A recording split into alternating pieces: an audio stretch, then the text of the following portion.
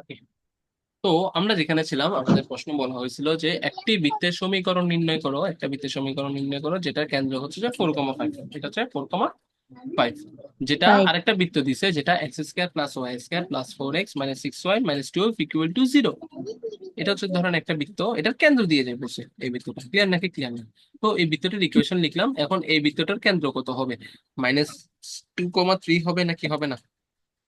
এখানে এক্স এর সহগ এবং ওয়াই সহগকে আমি জাস্ট -2 দ্বারা ভাগ করেছি, তাহলে 4 কে আমি যদি -2 দিয়ে ভাগ করি -2, এবং -6 কে আমি যদি -2 দ্বারা ভাগ করি তাহলে হচ্ছে যে +3। ক্লিয়ার নাকি ক্লিয়ার না? থ্রি।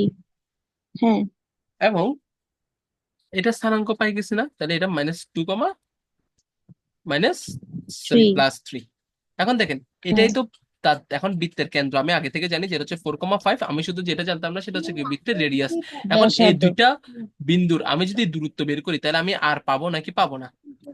পাবো। তাহলে আমি বৃত্তের কেন্দ্র পেয়ে গেছি, আমি বৃত্তের ব্যাসার্ধ পেয়ে গেছি। এখন আমি বৃত্তটার ইকুয়েশন বের করতে পারবো না?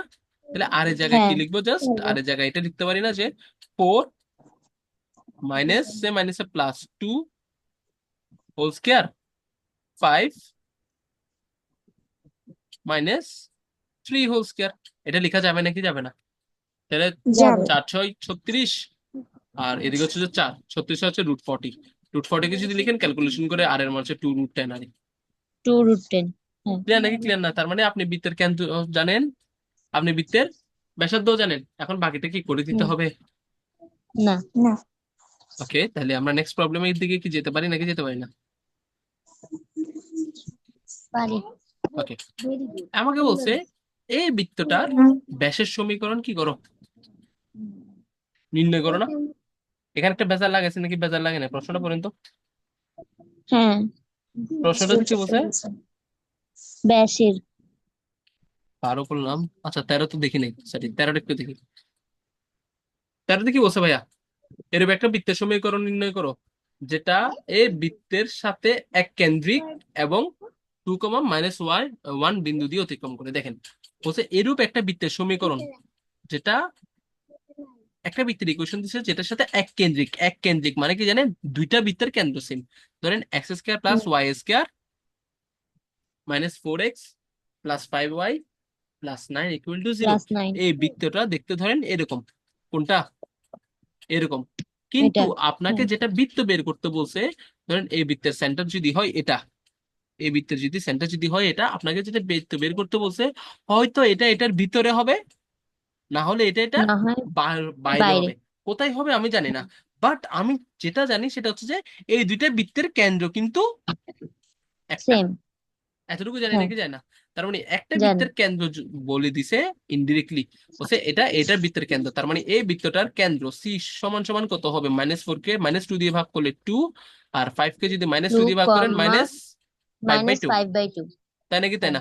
তার মানে এই বৃত্তটার হ্যাঁ। কেন্দ্র আপনি পাই গেছেন যেটা হচ্ছে সি। সি হচ্ছে কত? 2, মাইনাস -5/2। 5/2। ক্লিয়ার নাকি ক্লিয়ার না? এরপরে কি বলছে? হ্যাঁ। ওই বৃত্তটা 2, 1 বিন্দুতে অতিক্রম করে, ওইটা ধরেন আমিও এটা হচ্ছে পারবো। পি বিন্দু। ওটা হচ্ছে কি বিন্দু? পি বিন্দু। যেটা 2, -1 দিয়ে কি করে অতিক্রম করে। তাহলে আমাকে একটা কথা বলেন তো, আপনারা এখন এই বৃত্তটার এই ব্যাসার্ধটা বের করতে পারবেন নাকি পারবেন না? পারবো। এইটার ব্যাসার্ধ বের করে, এখন কেন্দ্র জানেন ব্যাসার্ধ জানেন, বৃত্তের ইকুয়েশন বের করতে পারবেন নাকি পারবেন না? পারবো। এটা কি করে করে দিতে হবে? আর করতে হবে নাকি করতে হবে না? তাহলে নেক্সটে চলে যাই, যাওয়া যাবে নেক্সটে? যাবে। আচ্ছা, নেক্সট এর কোশ্চেনটা কি বলছে? X square plus y square minus 12x plus 4y plus 6 equal to 0, বৃত্তটার ব্যাসের সমীকরণ নির্ণয় করো। দেখেন এরকম কোন একটা ম্যাথ দিয়ে যদি বলে ইকুয়েশন নির্ণয় করো, আপনি পাগলামি করবেন না।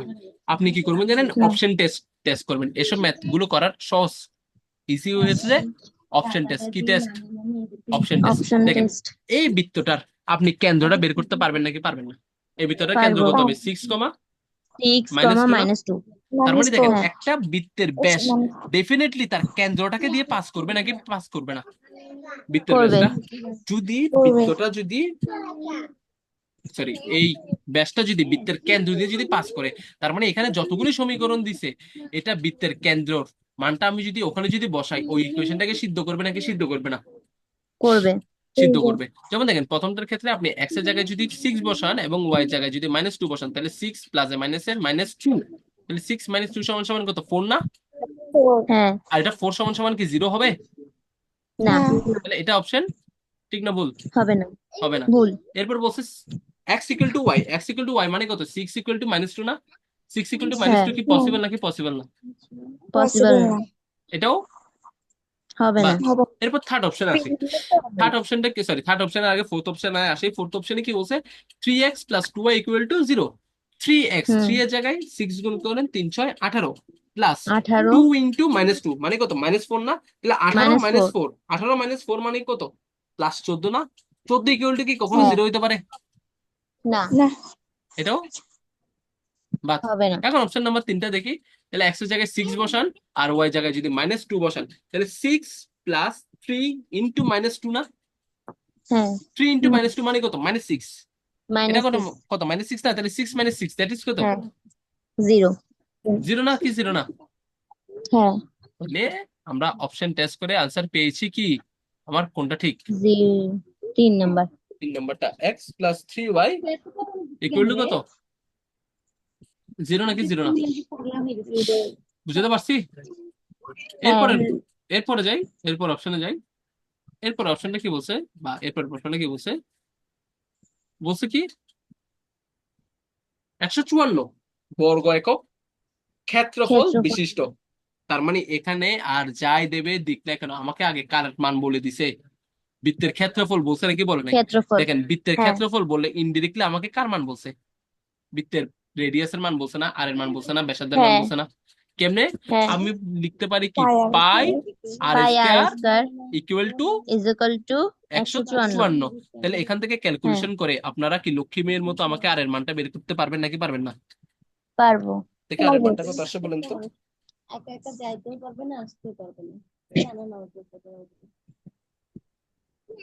7.00। 7.00 মানে কি 7 না? হ্যাঁ, তাহলে আমি আর এর মান পাই গেছি। ভাইয়া আমার থেকে আর শুধু আর কাকে দরকার? কেন্দ্র। আমি বাইনিচাল যদি কেন্দ্র। কেন্দ্র জানি, আমি বৃত্তের ইকুয়েশন হ্যাঁ, বের করে ফেলতে পারবো। বের করতে বলছে পারবো। যে এত হ্যাঁ, ক্ষেত্রফল বিশিষ্ট বৃত্তের ব্যাসদ্বয়ের কয়টা ইকুয়েশন দিছে? 2টা ইকুয়েশন দিয়ে 2টা। দিছে। তাহলে এটা আমার যদি বৃত্ত যদি হয়, তাহলে একটা ব্যাস যদি কেন্দ্র দিয়ে যদি এদিকে যাই, কেন্দ্রটাকে আমি ধরেন রেড মার্ক দিয়ে যদি চিহ্নিত করি, এটা হচ্ছে আমার যদি রেড মার্ক দিয়ে আমি যদি কি নির্ধারণ করি, কেন্দ্র যদি কেন্দ্র। নির্ধারণ করি, তাহলে আরেকটা কোনটা হবে আমার? আরেকটা কোনটা হবে? এটা না? উপর দিয়ে। হ্যাঁ, তাই নাকি তাই না? হ্যাঁ, তাহলে দেখেন এই দুইটা ব্যাস আমি যদি সলভ যদি করি, আমি এখান থেকে বৃত্তের মানে এখানে যেটা এক্স এবং ওয়াই এর মান পাবো, এটাই তাদের ছেদবিন্দু নাকি ছেদবিন্দু না?